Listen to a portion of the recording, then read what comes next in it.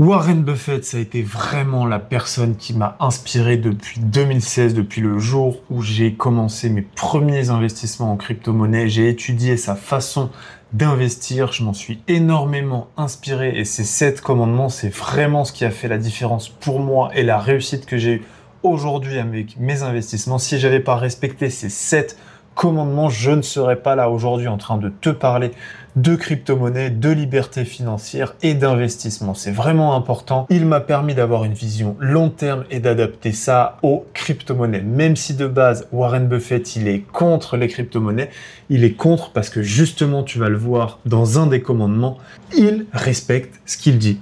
Et ça a toujours été honorable. On démarre tout de suite avec les 7 commandements. Numéro 1, sois avide quand les autres paniquent et prudent quand ils s'excitent. Warren Buffett dit « Be greedy when others are fearful ». Quand tout le monde crie au bear market, c'est à ce moment-là qu'il faut faire ses courses. C'est quand tout le monde a peur, quand tout le monde panique, qu'il faut passer à l'action sur les achats et qu'il faut mettre la main au panier pour aller chercher des tokens à des prix intéressants. Et à l'inverse, quand on a les journaux, quand on a Twitter, quand on a tout le monde qui s'excite autour de la crypto-monnaie et qui est en train de dire que c'est une révolution et que tout le monde va devenir riche et que c'est super facile de faire de l'argent, c'est le moment où il faut prendre ses profits et sortir du marché. Par exemple, un token a fait moins 70% sur les derniers mois, mais pourtant il a la même valeur fondamentale, il apporte même plus puisqu'il a continué de développer, pourtant il est 70% moins cher et personne ne s'y intéresse. Eh bien, à ce moment-là, lui, Warren Buffett, s'il était en crypto-monnaie, irait chercher ce genre de token et se positionner justement quand personne ne regarde. Numéro 2 est probablement la plus dure en crypto-monnaie, ne perds pas d'argent, surtout au début. Il le dit lui-même, rules number 1, never lose money. Alors en crypto, ça arrive et ça t'arrivera probablement si ça ne t'est pas déjà arrivé de perdre de l'argent, mais on veut éviter les shitcoins, on veut éviter les scams, on veut éviter les pyramides de Ponzi, on veut éviter les arnaques en tout genre et on veut surtout sécuriser ses cryptos dans son wallet pour ne pas avoir de pertes dues à une faillite d'une entreprise tierce. Donc se protéger de la ruine et de la faillite, c'est vraiment le plus important pour pouvoir durer dans le temps et c'est ce que Warren Buffett met en avant. C'est la règle numéro 1, ne pas perdre d'argent. Ça va aussi faire partie de ne pas prendre des effets de levier stupides et irrationnels non maîtrisés ou encore de tout miser sur un seul token. Puisqu'il vaut mieux survivre sur les 3 prochains cycles que de briller sur le prochain mois uniquement. Le commandement numéro 3, achète des tokens excellents à un prix correct, pas des tokens moyens à des prix cassés. Buffett lui dit « Buy wonderful company at fair price ». Pour nous, en crypto-monnaie, investir dans déjà les blue chips qui a déjà été validé par le marché, qui apportent de la réelle valeur, qui font des bénéfices, qui potentiellement seront là dans 5-10 ans, qui ont un avantage structurel de par l'innovation par rapport à leurs concurrents, qui ont un effet de réseau qui est déjà fort et bien implanté. On veut les numéros 1, on veut les meilleurs, on veut les plus résistants au choc et ceux qui apportent le plus de valeur. On veut pas un petit dernier qui a fait un copier-coller de ce qui existe déjà. Ça n'a aucune différenciation, ça n'apporte rien de nouveau. Et dans le temps, c'est beaucoup plus compliqué de faire de l'argent avec un petit token sorti de nulle part qu'un gros token qui est déjà établi et qui va continuer de se développer et d'aller dans la direction dans laquelle il a commencé. Donc on va chercher la différenciation par la technologie, par l'innovation, par l'apport de valeur, par les bénéfices que génère ce protocole ou ce token et non par le prix d'un token qui semble pas cher ou qui pourrait être intéressant en termes de valorisation mais qui finalement n'apporte pas grand-chose dans le marché. On pourrait dire Uniswap, on pourrait dire Lido, on pourrait dire Solana, Ethereum, on pourrait dire tous les gros tokens qui Chainlink, qui apportent de la valeur et qui sont pertinents par rapport à leur positionnement. Numéro 4, tiens ta position le plus longtemps possible. Our favorite period is holding forever. Si tu es capable de détenir un token sur 5-10 ans qui justement respecte la règle d'avant, crois-moi, il y a moyen que tu fasses beaucoup d'argent. Il faudra quand même respecter la règle numéro 1 et se positionner au bon moment. Mais si tu arrives à faire ça dans le temps et à vivre 1, 2, 3 cycles, crois-moi, ton portefeuille, il va complètement se transformer. On n'est pas là pour faire du trading, on n'est pas là pour faire de la spéculation sur quelques mois, on est là pour transformer notre portefeuille et ça, il n'y a qu'une seule chose qui va jouer, ça va être le temps. Commandement numéro 5 qui vient conforter le commandement numéro 4.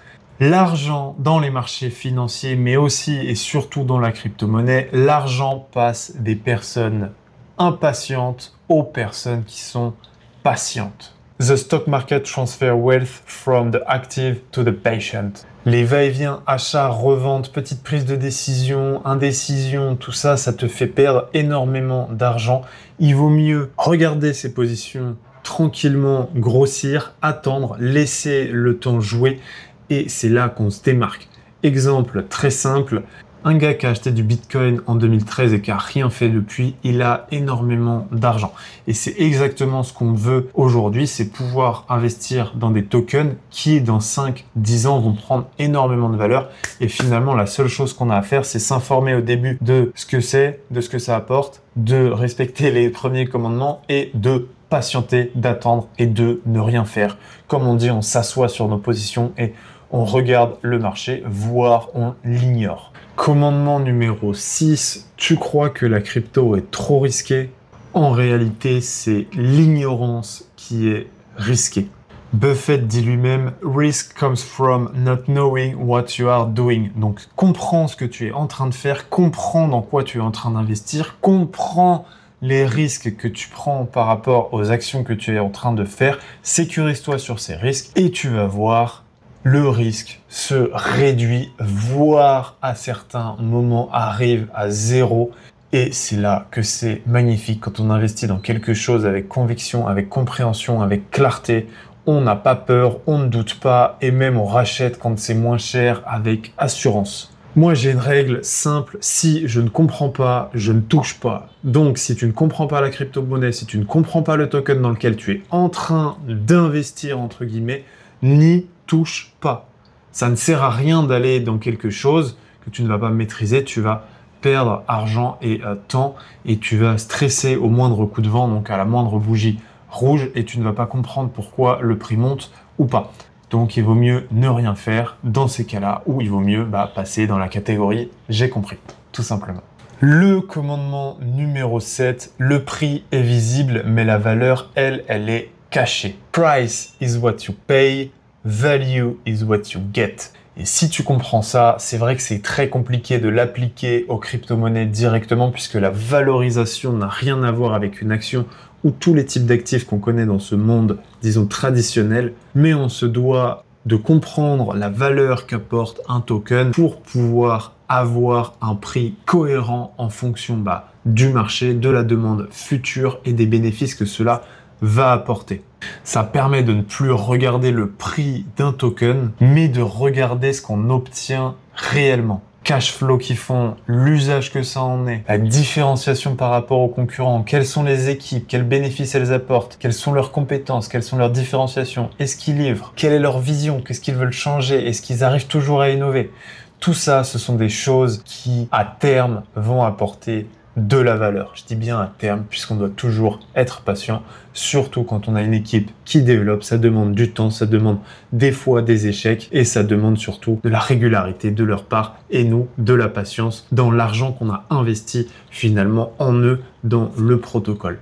Maintenant, si tu veux faire partie des investisseurs libres en utilisant ces 7 commandements que je te recommande d'appliquer, mais avant ça, je te recommande surtout de les comprendre, de les étudier et de vérifier par toi-même si cela est vrai, si cela t'est utile et si cela va être rentable dans le temps, non pas dans les prochaines heures ou les prochaines semaines comme on te le promet sur Internet, mais bel et bien dans les prochaines années pour pouvoir te libérer financièrement et pouvoir vivre une vie beaucoup plus simple et ne pas compter sur le gouvernement ou sur qu'importe. Bref, je te remercie d'avoir regardé la vidéo. Si tu veux, j'ai un kit crypto-monnaie qui va te permettre en 7 questions d'avoir les bonnes informations pour créer ta propre stratégie personnalisée d'investissement sur du moyen long terme. Je te remercie d'avoir regardé la vidéo. Je te dis à très vite. Mets-moi un pouce bleu, pose-moi tes questions en commentaire si tu as besoin. Et surtout, abonne-toi à la chaîne. On va faire toujours plus de contenu de ce type. Ce n'est que le début. Ciao!